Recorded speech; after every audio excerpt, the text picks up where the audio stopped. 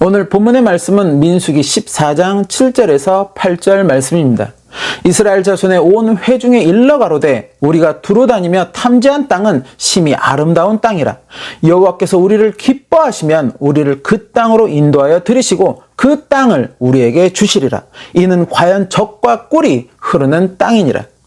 하나님은 애굽에서 고통받는 이스라엘의 외침을 들으시고 모세를 세우사 이스라엘을 애굽에서 벗어나게 하셨습니다. 그렇게 출애굽한 이스라엘 민족이 바란 광야라는 곳에서 진을 치고 있을 때 하나님은 지파별로 족장 한 사람씩 곧 12명의 지도자급 사람들에게 하나님이 약속하신 가나안 땅이 어떠한 땅인가 미리 탐지해 보라고 명하시게 됩니다. 민수기 13장 2절에서 3절 말씀. 사람을 보내어 내가 이스라엘 자손에게 주는 가나안 땅을 탐지하게 하되 그 종족의 각 지파 중에서 족장된 자 한 사람씩 보내라. 모세가 여호와의 명을 쫓아 바란 광야에서 그들을 보내었으니 그들은 다 이스라엘 자손의 두령된 사람이라. 그렇게 각 지파의 지도자급 사람 12명은 정탐꾼이 되어 가나안 땅으로 들어가게 되고 40일간 그 땅을 두루다니며 탐지하게 됩니다.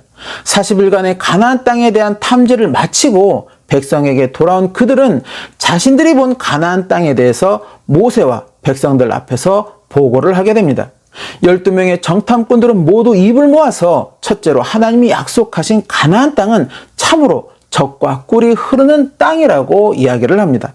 젖과 꿀이 흐르는 땅, 곧 풍요로움이 가득한 땅이라는 것입니다. 즉 하나님이 약속하신 가나안 땅은 풍요로움이 가득한 그런 땅이었다는 것입니다. 그리고 이제 둘째로 그 땅에 거하는 성읍과 거민들에 대해서 이야기를 합니다. 이 역시 12명 모두 가나안 땅에 있는 성읍들은 견고하고 심히 컸으며 그리고 그 성읍에 거하는 거민들 역시도 무척이나 강해 보였다고 모두 입을 모아 이야기를 합니다. 민수기 13장 25절에서 29절 말씀. 40일 동안의 땅을 탐지하기를 마치고 돌아와 바란 광야 가데스에 이르러 모세와 아론과 이스라엘 자손의 온 회중에게 나와 그들에게 회부하고 그 땅 실과를 보이고 모세에게 보고하여 가로되 당신이 우리를 보낸 땅에 간즉 과연 젖과 꿀이 그 땅에 흐르고 이것은 그 땅의 실관이이다. 그러나 그 땅 거민은 강하고 성읍은 견고하고 심히 클 뿐 아니라 거기서 아낙 자손을 보았으며 아말렉인은 남방 땅에 거하고 헤딘과 여부스인과 아모리인은 산지에 거하고 가나안인은 해변과 요단가에 거하더이다. 12명 모두 가나안 땅에 대한 동일한 이야기를 하였다는 것입니다. 그런데 본 것은 동일한데 그에 따른 판단은 서로 달랐다는 것입니다. 먼저 갈렙과 여호수아 두 사람은 이 풍요로운 땅을 우리가 차지하러 가자고 주장하게 되고 나머지 10명의 정탐꾼들은 우리 힘으로는 결코 그 땅을 차지할 수 없다고 주장하게 됩니다. 그러면서 말하기를 가나안 땅에 거하는 거민들에 비하면 이스라엘 민족은 메뚜기와 같다고 말하면서 이제 이들은 가나안 땅에 대한 악평을 하기 시작합니다. 민수기 13장 30절에서 33절 말씀. 갈렙이 모세 앞에서 백성을 안돈시켜 가로되 우리가 곧 올라가서 그 땅을 취하자 능히 이기리라 하나 그와 함께 올라갔던 사람들은 가로되 우리는 능히 올라가서 그 백성을 치지 못하리라. 그들은 우리보다 강하니라 하고 이스라엘 자손 앞에서 그 탐지한 땅을 악평하여 가로되 우리가 두루다니며 탐지한 땅은 그 거민을 삼키는 땅이요 거기서 본 모든 백성은 신장이 장대한 자들이며 거기서 또 네피림 후손 아낙 자손 대장부들을 보았나니 우리는 스스로 보기에도 메뚜기 같으니 그들의 보기에도 그와 같았을 것이니라. 서로 다른 주장, 이들의 이야기를 들은 백성들은 다수의 주장, 곧 10명의 주장을 받아들이게 되고 자신들이 출애굽한 것에 대해서 큰 후회를 하기 시작합니다. 그리고 이제 자신들을 여기까지 이끈 모세와 아론을 원망하기 시작합니다. 더불어 모세가 아닌 다른 새로운 지도자를 세워서 다시 애굽으로 돌아가자고까지 외치기 시작합니다. 이러한 백성들의 모습에 여호수아와 갈렙은 자신의 옷을 찢으면서까지 백성들에게 외치기 시작합니다. 민수기 14장 6절에서 10절 말씀.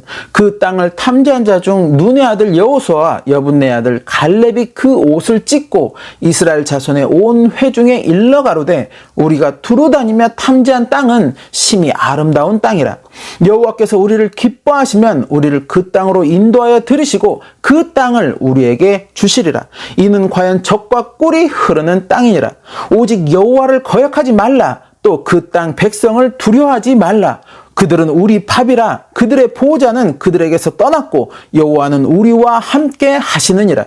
그들을 두려워 말라 하나 온 회중이 그들을 돌로 치려 하는 동시에 여호와의 영광이 회막에서 이스라엘 모든 자손에게 나타나시니라. 가나안 땅의 성읍들이 크고 견고하며 또 그 땅에 거하는 거민들이 우리보다 강하다고 할지라도, 그래서 우리의 힘으로는 결코 그들을 이길 수 없을지라도 우리를 출애굽시킨 하나님의 능력이 함께한다면 우리는 분명 그들을 이길 것이며 결국에 우리가 그 풍요로운 땅을 차지하게 될 것이라고 외쳤다는 것입니다. 그러나 백성들은 그들의 외침을 외면하였고 그들을 돌로 치려고까지 하였다는 것입니다. 이러한 백성들의 선택과 그에 따른 행위들을 보신 하나님은 진노를 하셨습니다. 그리고 그들을 40여 년간 광야에서 떠돌게 하셨습니다. 자신들의 코앞에 풍요로운 가나안 땅이 있었음에도 이들은 그 땅에 들어가지 못하고 40여 년간 광야에서 떠도는 신세들이 되고 말았다는 것입니다. 그리고 그렇게 광야에서 떠돌며 그들은 죽음을 맞이하게 되었고 결국에 여호수아와 갈렙 그리고 출애굽 당시 어린아이들이었던 그러한 자들만이 풍요로운 땅 가나안에 들어갈 수 있었다는 것입니다. 출애굽 과정에서 오직 여호수아와 갈렙만이 하나님의 능력을 보았거나 체험한 것이 아니었습니다. 이스라엘의 모든 백성들이 여호수아와 갈렙과 같이 하나님의 놀라운 권능을 직접 눈으로 보고 체험하였다는 것입니다. 당대 강력한 제국이었던 애굽에서 벗어날 수 있었던 것은 이스라엘이 강대에서 벗어난 것이 결코 아니었다는 것입니다. 이스라엘이 애굽과 전쟁을 벌여서 그 전쟁에서 승리해서 애굽을 벗어난 것이 아니었다는 것입니다. 출애굽의 모든 과정 가운데 이스라엘은 단 한 번도 애굽과 직접적인 충돌을 하지 않았다는 것입니다. 오히려 애굽 군대에 쫓기는 그런 신세였다는 것입니다. 그럼에도 그 강한 군대를 물리치고 결국에 애굽을 벗어날 수 있었던 것은 하나님의 놀라운 권능이 그들과 함께 하였기 때문이라는 것입니다. 이 모든 과정을 이스라엘의 모든 백성들이 다 눈으로 보았고 또 경험하였다는 것입니다. 더불어 이제 눈앞에 놓인 가나안 땅은 이미 하나님이 자신들에게 주시겠다고 약속하신 그러한 땅이었다는 것입니다. 이스라엘의 열조인 아브라함에게 야곱에게 약속하셨던 그런 땅이었다는 것입니다. 그 약속을 지키시기 위해 이스라엘 백성들을 친히 이 풍요로운 땅으로 인도하여 주셨다는 것입니다. 그리고 하나님이 약속하신 그 땅이 얼마나 풍요로운 땅인가를 미리 보라고 말씀하셨다는 것입니다. 그렇게 이들은 그 땅의 풍요로움을 실제로 자신들의 두 눈으로 목격을 하였다는 것입니다. 그런데 그럼에도 불구하고 이들은 그 땅에 있는 강하고 견고한 성읍과 강한 거민의 모습에 그만 좌절하고 말았다는 것입니다. 그들을 결코 이길 수 없을 것이라고 하는 인간적인 판단에 치우쳐서는 자신들을 여기까지 이끄신 하나님의 권능을 망각하고 말았다는 것입니다. 그리고는 이제 자신들을 여기까지 이끈 지도자 모세를 원망하였다는 것입니다. 그러나 모세를 원망한다는 것이 자신들을 여기까지 이끄신 하나님의 권능을 부정하는 그런 어리석은 것임을 이들은 깨닫지 못하였다는 것입니다. 그렇게 결국 그 어리석은 판단과 선택으로 인하여 이들은 결국 하나님이 약속하신 풍요로운 땅에 들어갈 수 있는 그 자격을 상실하는 결과를 초래하고 말았다는 것입니다. 그런데 이것이 비단 출애굽한 이스라엘 백성들의 모습만은 아니라는 것입니다. 오늘날 하나님을 또 예수 그리스도를 믿는다고 하는 그리스도인들 역시도 이와 같은 어리석은 판단과 선택을 하는 경우들을 많이 보게 된다는 것입니다. 말씀에 대한 지식이 부족해서 그러한 어리석은 판단과 선택을 하는 경우도 있겠지만 말씀에 대한 지식이 있으면서도 불구하고 인간적 감정에 호소하는 말에 이끌려서는 하나님이 가증하게 여기는 것들을 불쌍하게 여기고 또 포용하려고 하는 것에 동조하려고 한다는 것입니다. 그리고 그것이 오히려 하나님의 사랑이라고 착각하는 그러한 모습까지 보이고 있다는 것입니다. 더불어 교묘한 이론을 앞세워 다른 종교에도 구원이 있다고 주장하는 것에 그럴 수 있다라고 하는 인간적인 판단을 말씀보다 우선시하는 그러한 모습을 보이기도 한다는 것입니다. 최근 어느 뉴스 기사에서 동성애 문제에 대해서 사제들이 판단에 따라 동성 결합을 축복할 수도 있다라고 하는 교황의 새로운 교리가 발표되었다는 그러한 내용을 보게 되었습니다. 그러면서 이 새로운 교리는 기존의 동성애를 죄로 규정하고 축복을 거부한 교황청의 기존 입장을 뒤집은 것이라는 그러한 내용을 기사는 전하고 있었습니다. 즉 동성애에 관한 판단을 이제 사제들 각각의 판단에 맡기겠다고 하는 교황청의 결정이 내려졌다는 것입니다. 그것은 곧 사제들 개개인의 인간적 판단에 따라서 그것이 죄가 아니라고 판단이 된다면 얼마든지 하나님의 이름으로 그들의 결합을 축복해 줄 수도 있다는 것입니다. 기존의 동성애는 하나님이 가증하게 여기시는 것이므로 죄로 규정하고 있었으나 그 죄에 대한 판단을 이제 사제 개개인의 인간적 판단에 맡기겠다는 것입니다. 결국 하나님이 죄로 여기시는 것을 이제 인간적 판단에 따라 결정하겠다는 의미라는 것입니다. 이것은 결국 이제 하나님의 판단보다는 인간적인 판단을 더 우선시하겠다는 의미와 같다는 것입니다. 즉 아무리 말씀이 동성애는 하나님이 가증하게 여기는 그런 죄라고 규정한다고 해도 인간적인 판단이 그것이 아니라고 판단이 된다면 그것은 이제 죄가 되지 못한다는 것입니다. 그렇게 죄가 되지 않기에 얼마든지 하나님의 이름으로 이들의 결합을 축복해 줄 수 있다고 말한다는 것입니다. 하나님을 믿는 자라고 하면서 또 하나님의 뜻을 따르는 자라고 하면서 결국에는 하나님의 뜻을 무시하는 그런 처사와 다르지 않다는 것입니다.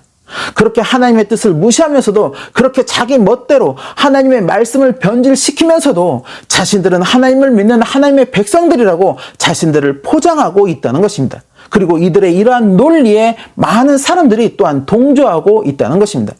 하나님의 뜻과 말씀이 인간적인 판단에 치우치게 될 때 결국 하나님의 말씀인 진리는 변질될 수밖에 없다는 것입니다. 그렇게 변질된 진리는 온전한 복음의 역할을 하지 못하게 되고 온전하지 못한 복음은 복음의 궁극적인 본질인 구원과는 거리가 먼 그런 잘못된 이야기에 불과하다는 것입니다. 바로 이러한 변질된 잘못된 복음을 우리는 이단들만 전파하고 있다고 생각하고 있다는 것입니다. 그런데 그것은 착각이라는 것입니다. 전통교회라고 치부하는 일부 교회에서조차도 또 전통신학을 가르친다고 하는 신학교에서의 일부 교수들조차도 그리고 전통신학을 거쳐서 정식적인 안수를 통해서 목회자의 길을 가고 있는 일부 목회자들조차도 바로 이러한 잘못된 복음에 빠지거나 또 가르치고 전하는 그러한 모습들을 보이고 있다는 것입니다. 주님이 사도 요한을 통해 전하는 7 교회를 향하신 그 서신, 그 가운데 버가모 교회와 두아디라 교회는 분명 하나님을 섬기는 전통 교회의 모습이었다는 것입니다. 사단의 위에 있으면서도 믿음을 지키기 위해 부단히 애쓰고 노력했던 그런 교회였고 또 주님이 인정할 만한 그런 행위들이 날로 그렇게 많아지는 그러한 교회의 모습이었다는 것입니다. 그런데 주님은 바로 그러한 교회를 책망하고 계셨다는 것입니다. 왜? 바로 그 교회에서 따르는 그 복음이 주님의 뜻과는 다른 그런 잘못된 복음이었으며 잘못된 선지자의 뜻을 따르고 있었기 때문이었다는 것입니다. 성도들을 구원으로 이끄는 복음이 아니라 오히려 성도들을 멸망으로 이끄는 그런 올무와 같은 잘못된 교훈, 바로 그 교훈을 교회들이 따르고 있었기에 주님은 그 교회들을 책망하고 계셨다는 것입니다. 마지막 때를 살아가는 우리들, 특별히 주님의 재림을 사모하고 소망한다고 하는 그런 그리스도인들은 바로 이러한 점을 조심해야 한다는 것입니다. 말씀을 인간적인 판단에 치우쳐 해석하고 따르려고 할 때 말씀의 본질은 결국 인간적인 뜻에 의해 변질될 수밖에는 없는 것이며 변질된 말씀을 따르는 신앙의 길은 결국 구원과는 거리가 먼 잘못된 신앙의 길이 된다는 것입니다. 그러한 잘못된 신앙의 결국은 하나님 나라의 영생이 아니라 사단과 함께하는 영원한 불못이라는 그런 종착역이 된다는 것입니다. 즉 우리는 주님의 재림 앞에 기쁨으로 서기를 소망하며 주님이 기뻐하시는 신앙의 삶을 살아간다고 하지만 그 신앙의 삶이 인간적 판단에 치우쳐 따르는 신앙의 삶이 된다면 결국에 내 소망과는 다른 결과를 우리는 맞이하게 된다는 것입니다. 말씀을 우리가 진리라고 믿는 이유는 그 말씀이 예나 지금이나 변함이 없기 때문이라는 것입니다. 그 말씀이 예나 지금이나 변함이 없기 위해서는 말씀 앞에 인간적인 판단이나 기준을 앞세워서는 결코 안 된다는 것입니다. 철저하게 하나님의 뜻과 기준이 우선시 되어야 하며 그 앞에 나의 인간적인 판단은 다 내려놓아야 한다는 것입니다. 그렇게 우리가 믿고 있는 진리가 어느 항목에 대해서 그것을 죄라고 명시하고 있다면 우리는 그것이 분명한 죄라고 생각할 수 있어야 하고 또 말할 수 있어야 한다는 것입니다. 사람들의 눈치를 보며 또 그것이 세상의 대세이기에 하나님의 이러한 분명한 뜻임에도 인간적인 판단으로 그 뜻을 변하게 해서는 결코 안 된다는 것입니다. 무엇에 우선순위를 두어야 할 것인가? 주님의 말씀인가? 아니면 인간적인 판단과 감정인가? 바로 이것이 내 안에 분명하게 성립되지 못하면 하나님을 믿는다 하면서도 불구하고 인간적인 판단에 따라 또 인간적인 감정에 따라 잘못되고 변질된 복음에 미혹될 수 있음을 알아야 한다는 것입니다. 마지막 때 많은 미혹의 말들이 세상에 전파될 것이라고 주님은 분명하게 말씀하여 주셨습니다. 할 수만 있으면 많은 표적과 기사를 보여서라도 택한 자도 미혹하게 할 것이라고 또한 말씀하여 주셨습니다. 그러기에 바로 이러한 미혹에 빠지지 않기 위해서는 말씀 앞에 인간적 판단과 감정을 모두 내려놓아야 한다는 것입니다. 오직 주님의 말씀으로 옳고 그름을 분별하고 냉철하게 주님의 뜻을 따르는 삶, 곧 말씀에서 전하시는 선을 따르며 말씀에서 전하시는 악을 버리는 그런 신앙의 삶을 우리는 살아가야 한다는 것입니다.